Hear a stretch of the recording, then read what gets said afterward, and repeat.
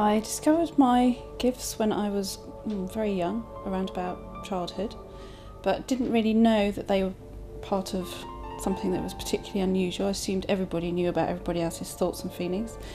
And it was around the age of 20, 21, I saw my grandmother, who'd passed away several years previously, standing at the front door waving to me as I was reversing out the driveway going to Tesco's. I thought she was a burglar to start with, and then when she came close to the door I saw her standing there as I would see anyone else standing there.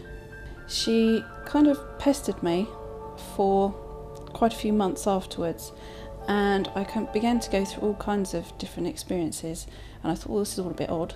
So I thought, well, I'll try and think about sitting at the back of a spiritualist church to see what it would be like. And I heard this very loud, "No, wait." I thought, oh, this is a bit peculiar.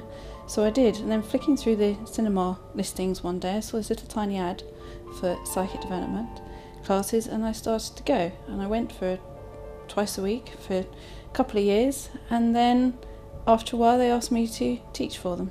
Many people's view of a psychic is that they perhaps think that it's just to do with card readings or talking to those who've passed into spirit. With my particular type of psychic reading, I'm focused on the individual, on the person, and what their energy presents to me.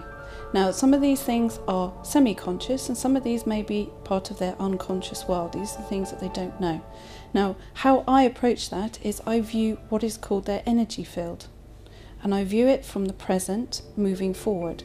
And some of these things are parts that they will be semi-aware of, or they would perhaps say, oh, I kind of knew that, but you've explained it in a way that I understand. Or I will give it to them in a form of a story or a symbolism that makes sense to their psyche. How I particularly work is to that individual. So I will work with who they are. I work with how their energy presents itself to me, and I can interpret in a way that they will personally understand, because I'm able to tell the difference between different types of people and how they will receive something. This is something that I would regard as part of my natural skill, my natural gift, but it is something I've actively developed over the last 10 years. The reason that I wrote Why My Mother Didn't Want Me to Be Psychic was to help people to understand their own psychic experiences, and in coming to one of my workshops it will enable you to understand the process of what it is, to tell the difference between a psychic experience and your imagination.